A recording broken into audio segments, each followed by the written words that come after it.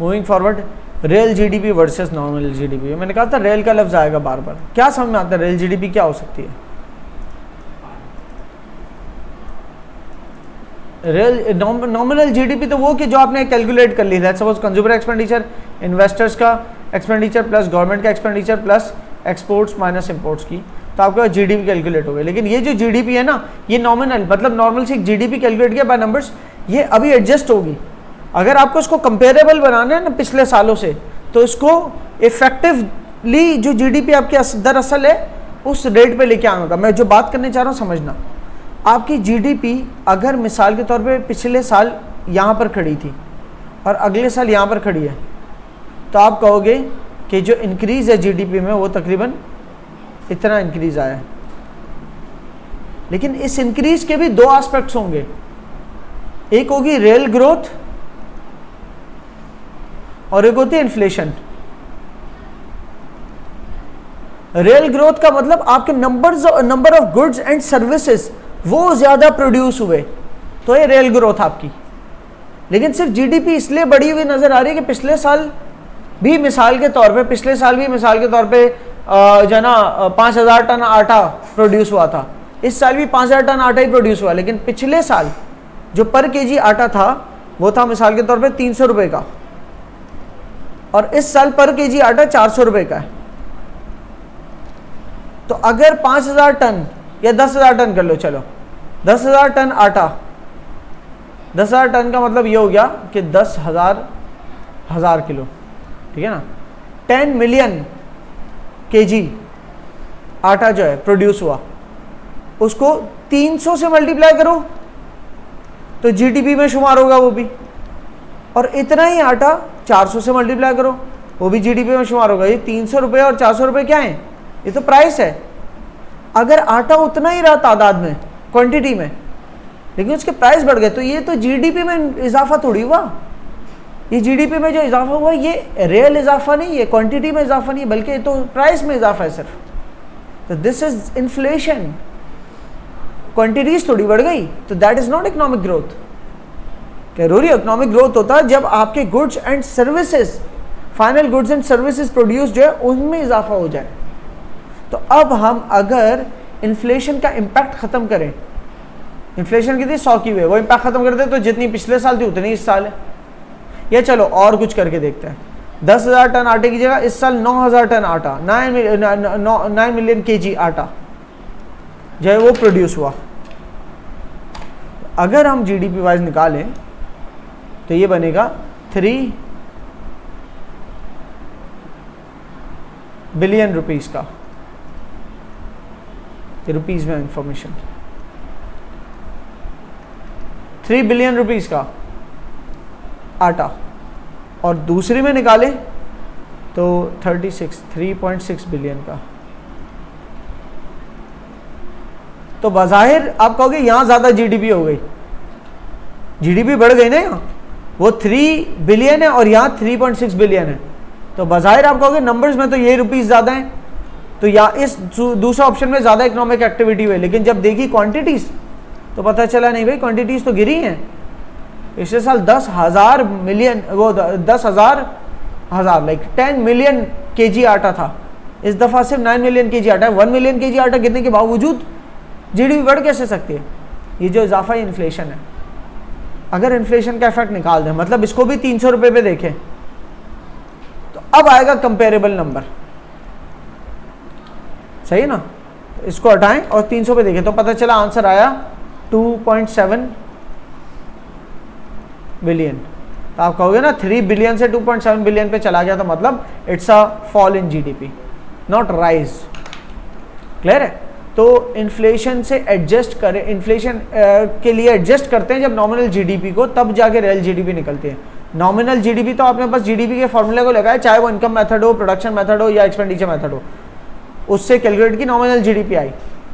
उसको फिर जब इन्फ्लेशन एडजस्ट करते हो, सही ना, इन्फ्लेशन एडजस्ट करते हो, वो कैसे करते हो बताता हूं। तो आपकी निकल आती इक्वल्स टू रियल जीडीपी। जैसे हम रियल इंक्रीमेंट निकालते हैं ना, कि मेरी जॉब में वैसे तो तनख्वाह बढ़ी है 10%, लेकिन मार्केट में चीज़ों के प्राइसेस बढ़ गए 6% से, तो एक्चुअल मेरा रियल इंक्रीमेंट तो सिर्फ 4% हुआ है, ठीक है, क्योंकि जो 10% इजाफी हुआ है तो जो मैं चीज़ें खरीदता था कल तक सारी वो अब सब महंगे हो चुकी हैं। क्लियर है, ये बात क्लियर होती है ना। तो रियल या इफेक्टिव का लफ्ज़ जो है ना वो आपको इकोनॉमिक्स में उससे इन्फ्लेशन याद आनी चाहिए। अब इसका तरीक़ेकार कैलकुलेट करने का, आगे जाके एक मतलब इसी यूनिट में आगे जाके इन्फ्लेशन का टॉपिक खुलेगा तो आप बात पूरे तौर पे समझ जाओगे, लेकिन फ़िलहाल यहाँ पर लिखा है प्राइस इंडेक्स, ठीक है, जिसको कंज्यूमर प्राइस इंडेक्स भी कहते हैं, रिटेल प्राइस इंडेक्स भी कहते हैं, लेकिन वो नाम वगैरह उसके ऊपर बाद में आएंगे। प्राइस इंडेक्स बोल रहा हूँ अभी खाली। तो आप नॉमिनल जीडीपी को उसके अपने प्राइस इंडेक्स से डिवाइड करोगे और मल्टीप्लाई कर दोगे बेस ईयर के प्राइस इंडेक्स से। बता दो क्या बोलना चाह रहा हूँ, या तो प्रीवियस ईयर के प्राइस इंडेक्स से मल्टीप्लाई कर दो, ये भी ज़्यादा बेहतर है। Price index of previous year और एक करंट ईयर, तो रियल जीडीपी निकल आएगी। मतलब ये कि हर साल का एक अपना प्राइस इंडेक्स है। मिसाल के तौर पे आपने 2010 को प्राइस इंडेक्स दे दिया 100 कि मेरा बेस ईयर है, बेस ईयर का प्राइस इंडेक्स होता है 100, ठीक है ना।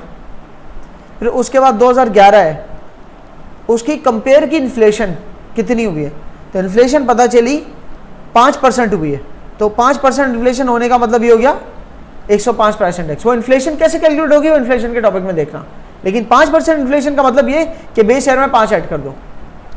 उसके अगले साल इन्फ्लेशन कैलकुलेट की तो उसके अगले साल इन्फ्लेशन 2010 की बनिस्बत 12% हो चुकी है। 2010 की बनिस्बत 12%, तो मतलब क्या, 2010 के 100 में 12 ऐड कर दो तो 112 है ये, ठीक है ना। तो बेस ईयर के बाद वाले ईयर्स में बेस ईयर के बनिस्बत देख देख के इन्फ्लेशन ऐड कर, वो इन्फ्लेशन कैलकुलेट कैसे होती है बाद में आएगा, लेकिन उस इन्फ्लेशन को कैलकुलेट करने के बाद प्राइस इंडेक्स इस तरह से लिखते चले आते हैं, सही है। अब आपकी जीडीपी 2011 में अगर मिसाल के तौर पे 3 का फिगर क्यों चिपक गया, चलो 560 बिलियन डॉलर्स थी आपकी जीडीपी 2011 में, ठीक है ना। और 2010 में आपकी नॉमिनल जीडीपी जो थी मिसाल के तौर पे 430 बिलियन डॉलर थी। अब आपने करना क्या है कि अगर आप चाहते हो कि इस नॉमिनल जीडीपी को रियल में कन्वर्ट करना, तो आप खुद बताओ ये 560 की अभी 560 का प्राइस इंडेक्स क्या है, 105, और उसको किसके ऊपर लेके आना है, अगर इसको डिवाइड करता हूं मैं 105 से और मल्टीप्लाई करता हूं बेस ईयर वाले से, सही है ना। डिवाइड कर दो अपने आपके प्राइस इंडेक्स से और मल्टीप्लाई करो उस प्राइस इंडेक्स से जिससे कंपेयर करना है, 430 से कंपेयर करना है तो उसके प्राइस इंडेक्स से मल्टीप्लाई करो उसको, ठीक है। तो 560 divide by 05 multiply by 100, 533। Actually ये 560 नहीं है, उस साल की नज़र से देखा जाए तो ये रियल जीडीपी कितनी है, बेस ईयर की तो रियल भी वही रहती है, और ये 533। तो इंक्रीज तो हुआ है, लेकिन जितना हम बता रहे थे 560 का, उसमें से 430 से 533 तक जाना रियल इंक्रीज है।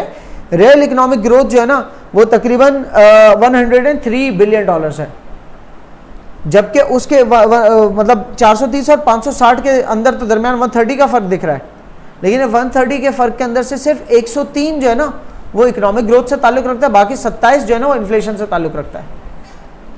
क्लियर हो रही है ये बात, क्लियर हो रही है ना। इस बात को जब आप इन्फ्लेशन का टॉपिक देख लें, जब कंप्लीट हो जाएगा उसके बाद इसी लेक्चर के इसी हिस्से को दोबारा लोगे ना तो पहली दफ़ा में ही समझ में आ जाएगी बात, ठीक है। अब इसी तरह से ये अगले वाले पे भी यही वर्किंग करते हैं, ठीक है। चलो इस दफ़ा हम 2011 से 2012 को कंपेयर कर रहे हैं, और 2012 में लेट सपोज जीडीपी पहुंच गई थी 580 बिलियन डॉलर्स तक, ठीक है। अब 580 बिलियन डॉलर की अपने आप का कंज्यूमर प्राइस इंडेक्स कितना है, क्या प्राइस इंडेक्स कितना है, 112, और उसको कंपेयर किससे करने हम, पिछले साल से, तो पिछले साल का प्राइस इंडेक्स था 105, ठीक है। तो 580 बिलियन डॉलर तो नॉमिनल जीडीपी है, उसको रियल जीडीपी लाने के लिए अपने आप के प्राइस इंडेक्स से डिवाइड करके मल्टीप्लाई कर देंगे पिछले साल के प्राइस इंडेक्स से। पिछले साल का 105 था ना 2011 का, तो 2012 की जीडीपी 580 बिलियन डिवाइड बाय 112, 2012 का जो प्राइस इंडेक्स है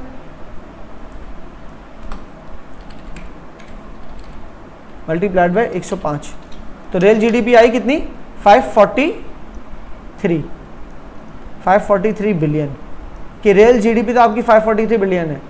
लास्ट ईयर से कंपेयर करो, लास्ट ईयर को 560 लो, लास्ट ईयर की नॉमिनल को ही उठा लिया, क्योंकि अभी लास्ट ईयर को बेस बना के कंपेयर कर रहा हूं खाली, ठीक है। बहरहाल तो लास्ट ईयर के प्राइस लेवल्स पे रह के बात करें अगर, मतलब लास्ट ईयर का प्राइस इंडेक्स था 105, लास्ट ईयर के प्राइस इंडेक्स पे 580 को भी कवर कर कन्वर्ट कर दें, अभी 580 जो है 112 के प्राइस इंडेक्स के हिसाब से, उसको लास्ट ईयर के प्राइस इंडेक्स के हिसाब से कन्वर्ट करेंगे ना, उसके लिए 580 डिवाइड बाय 112 मल्टीप्लाई 105 करना होगा। तो इससे क्या होगा कि इन दो के दरमियान जो फर्क आया ना इन्फ्लेशन का, वो इन्फ्लेशन का फर्क खत्म हो जाएगा।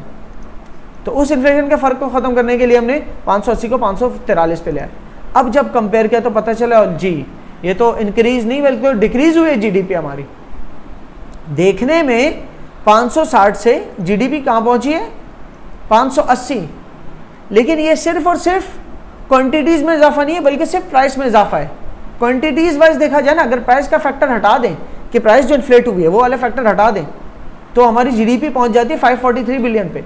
कि लास्ट ईयर के प्राइस लेवल के हिसाब से जितने हमने यूनिट्स प्रोड्यूस किए थे, जितने नंबर ऑफ आवर्स की सर्विसेज, जितने नंबर ऑफ लीटर्स के लिक्विड, जितने नंबर ऑफ केजीज के कोई सॉलिड्स वगैरह वगैरह, जितना प्रोड्यूस किया था consumers goods, producer goods, durable non durable, हर किस्म के गुड्स जितने प्रोड्यूस किए थे उसकी तादाद लास्ट ईयर ज़्यादा थी बनस्बत इस साल की।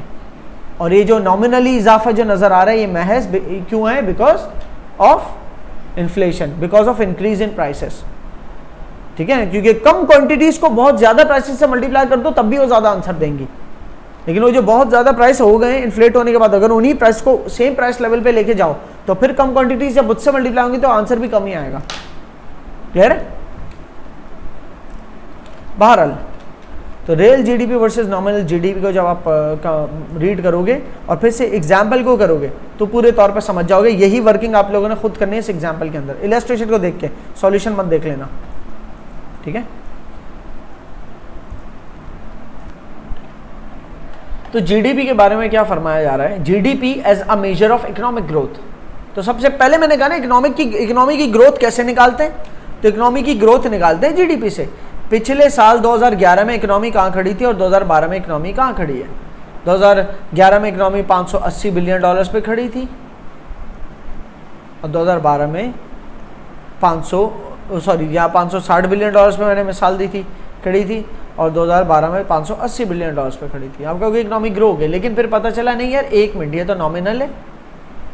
ज़्यादा इकोनॉमी को कंपेयर करने के लिए रियल पे तो ले आओ ना, कंपेरेबल बनाने के लिए, सेम ईयर के प्राइस लेवल्स पे लाने के लिए, ठीक है ना। तो रियल जीडीपी फिर हमने जो निकाली थी वो 580 को डिवाइड किया था 2011 के कंज्यूमर प्राइस इंडेक्स से, जो कि हमने 2011 का कंज्यूमर प्राइस इंडेक्स 2012 के 580 बिलियन डॉलर का 2012 के ही प्राइस इंडेक्स 112 से डिवाइड किया था, मल्टीप्लाई किया था 2011 के प्राइस इंडेक्स से, ताकि हम 2011 के हिसाब से नंबर्स को देखें। तो ये करने से हमारे पास जो रियल जीडीपी आ गई थी वो थी 543 आई थिंक, इतनी आई थी। फिर इसको कंपेयर करना चाहिए हमें,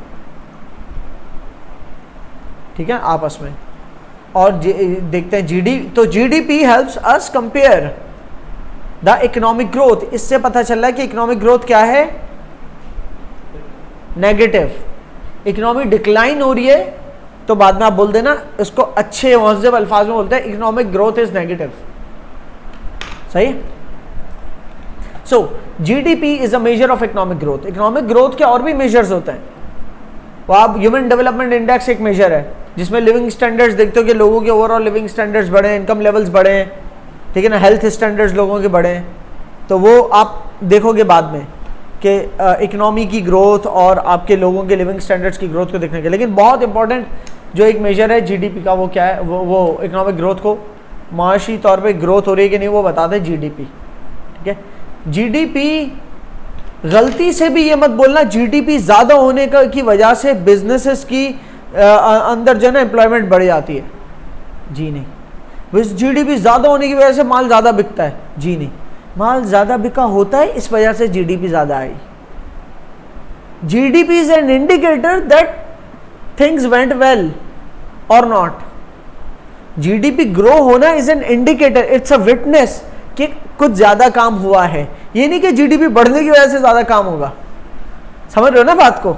जीडीपी इज अ रिजल्ट, उसकी कॉज है इकोनॉमिक एक्टिविटी का बढ़ना। इकोनॉमिक एक्टिविटी बढ़ती है जीडीपी ज्यादा आ जाती है, इकोनॉमिक एक्टिविटी गिरती है जो जीडीपी कम आती है। ठीक है, so GDP is the result of that. तो गलती से लैंग्वेज ये कभी नहीं कर देना कि GDP ensures that there are more people employed, if the growth in GDP means that there are more people employed. Well, means तो समझ में आता है कि ज्यादा जीडीपी का मतलब है कि ज्यादा लोग और एम्प्लॉयमेंट है। The growth in GDP means that there is more economic activity, लेकिन मीन्स से ज्यादा बेहतर लफ्ज है indicate. The GDP, the growth in GDP indicates that there has been a growth in economic activity. That would be the better word. कहीं ऐसा ना लगे जीडीपी ग्रो होने की वजह से आगे कुछ ग्रो होगा। सही, जो हो चुका उसका जवाब है जीडीपी का बढ़ना या कम होना। ये बात को ध्यान में रखते हुए चलेंगे। So GDP helps in calculating the total value of production within a country's borders over a specific period. GDP हमें ये मदद देती है ये कैलकुलेट करने में। सबसे पहला काम क्या है जीडीपी का, हमें मदद देती है कि ताकि हम पूरे मुल्क की पूरे बॉर्डर्स के अंदर डोमेस्टिकली कितनी वैल्यू के गुड्स एंड सर्विसेज प्रोड्यूस हुए वो कैलकुलेट तो हो, पहले कैलकुलेट करने में मदद देती है। फिर changes in GDP over time, वो कैलकुलेट होने के बाद फिर जो चेंजेस आ रहे हैं ना ईयर ऑन ईयर, जीडीपी बढ़ रही है कम हो रही है, रियल जीडीपी की बात कर रहा हूँ, तो उससे पता चलता है कि इकोनॉमी की डायरेक्शन किस तरफ है, ग्रोथ की तरफ है या डिक्लाइन की तरफ है। ठीक है,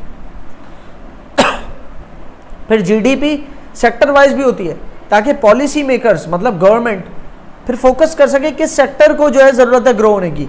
अगर आपकी दो सेक्टर्स के अंदर जीडीपी बढ़ी हुई नजर आ रही है और एक सेक्टर में जीडीपी फॉल हुई है, एक तो टोटल जीडीपी होती है फिर सेक्टर वाइज डिस्ट्रीब्यूट भी करते हैं ना, तो किसी सेक्टर में फॉल हुए बाकी दो में बढ़ी है, तो जिस सेक्टर में फॉल हुए तो आपकी गवर्नमेंट जो है फिर अपनी फिस्कल पॉलिसी जो है और मॉनेटरी पॉलिसी या फिस्कल पॉलिसी के जरिए या सप्लाई साइड पॉलिसीज के जरिए उस सेक्टर को इंपैक्ट करते हैं उसको खड़ा करने के लिए। Clear? Increase in real GDP indicates economic growth, decrease in real GDP बताता है कि ये इंडिकेट करता है कि इकोनॉमी आपकी श्रिंक हो रही है।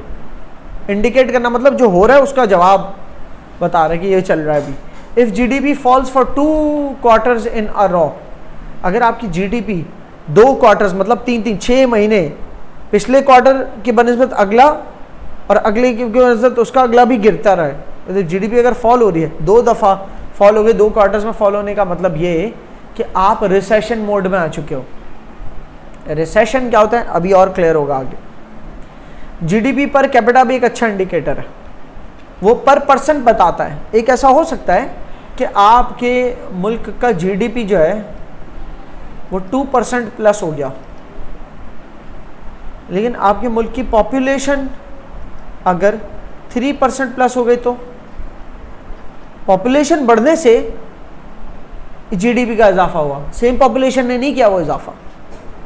पॉपुलेशन में इजाफा या लेबर में इजाफा, ये सब तो इसका मतलब तो एक तरह से फॉल है कि अगर 3% लेबर वर्किंग एज पॉपुलेशन की बात कर रहा हूँ, 3% वर्किंग एज पॉपुलेशन में अगर इजाफा हो जाए और जीडीपी में सिर्फ 2% इजाफा, तो मतलब जो वर्किंग एज पॉपुलेशन शाम के अंदर लोग आ गए, दाखिल हो गए, काम करने लायक लोग बढ़ तो गए लेकिन काम ही नहीं किया उन्होंने, तो देखा जाए तो जीडीपी तो फॉल है ये भी। लेकिन चलो इसको यूं नहीं देखते, एक और मिसाल देता हूं कि जीडीपी वैसे तो आपकी $300 बिलियन से 360 बिलियन तक पहुंच गई, लेकिन ये जीडीपी जो है वो मिसाल के तौर पे 24 मिलियन की पॉपुलेशन से डिस्ट्रीब्यूट हो रही थी और अगली जीडीपी लेट सपोज 26 मिलियन की पॉपुलेशन से डिस्ट्रीब्यूट हो रही है, तो अब पर कैपिटा निकल आएगी। ठीक है ना, 300 बिलियन डिवाइड बाय 24 बिलियन तो 12.5 ओ 300 बिलियन डिवाइड बाई 24 मिनट, 300 ये हो गया 300 बिलियन को मैंने 3 लाख मिलियन कर दिया, हाँ 3 lakh million divide by 24 million, तो पर कैपिटा जीडीपी आपकी है $1250 पूरे साल की, $12,500 कि पर पर्सन जो है जीडीपी आपकी $12,500 है। अगले साल से कंपेयर करो पर कैपिटा को, 3,60,000 मिलियन डिवाइड बाय 26 मिलियन, तो 13,800। तो ये पर कैपिटा भी इंक्रीज आया है कि पॉपुलेशन में इंक्रीज होने के बावजूद ऊपर इंक्रीज ज़्यादा है, वरना सेम प्रोपोर्शन में दोनों इंक्रीज होते तो देखने में तो इंक्रीज कहलाता लेकिन पर कैपिटा सेम रहती। सही है, वो केस क्या होता, 300 हाँ वो केस होता 325, ठीक है ना। अगर ये 360 की जगह 325 होती बिलियन, तो 325 बिलियन और 26 मिलियन की पॉपुलेशन में, ठीक है, तो क्या होता 325,000 कर देता हूँ ताकि मैं 325,000 million GDP divide by 26 million की पॉपुलेशन में, तो $1250 पर पर्सन पर ईयर जीडीपी। तो आपको देखने में लग रहा होता कि जीडीपी में तो इंक्रीज आया है, लेकिन कोई इंक्रीज नहीं है, तो सेम ही है। ऐसा हो सकता है डिक्रीज भी आ जाएगी, ये 300 से 320 पे पहुंचती ना, तो ये 12,500 से भी कम आंसर आता, तो पूरे साल का 12,500 है। हाँ ये अब एक और बात सुनो, ये भी इतना अच्छा, ये भी बताता है कि इकोनॉमिक एक्टिविटी पर पर्सन पे डिवाइड करके, कि आप इसे कहते हैं जीडीपी पर हेड, लेकिन एक्चुअली ये भी जो है ना एवरेज आउट है। ये मत समझना कि 24 मिलियन की तमाम आवाम जो है ना पूरे साल हर बंदा जो है $12,500 एंजॉय कर रहा है, नहीं। $12,500 का मतलब होता है साल का, पाकिस्तानी रुपीज में अगर अभी मैं बात करूं तो 35 लाख रुपए सालाना। हर बंदा 35 लाख एंजॉय नहीं कर रहा गलती से भी, कुछ होंगे पूरे साल की टोटल इनकम जिनकी शायद 4 लाख हो, तो 31 लाख के एवरेज, क्योंकि कुछ दैट परसेंटेज ऑफ पीपल जो कि बहुत ज्यादा रिच हैं, उनकी रिचनेस भी तो इसी में शामिल है, और डिस्ट्रीब्यूटरी पूरी पॉपुलेशन के अंदर डिवाइड कर रहे हैं खाली नंबर्स के अंदर, वो डिवाइड नहीं कर रहे अपनी वेल्थ को, खाली हम एवरेज आउट करते हैं। एवरेज आउट होने की वजह से इतना आ रहा है, इसका मतलब ये नहीं हर बंदा इतना कमा रहा है, ये तो सिर्फ एवरेज है। कुछ 5% लोग होंगे जो पूरे आपकी दौलत का 90% उठाते होंगे, और 95% होंगे बाकी जो आपके पूरे मुल्क की दौलत का 10% शायद उठाते हो। एक मिसाल दे रहा हूँ,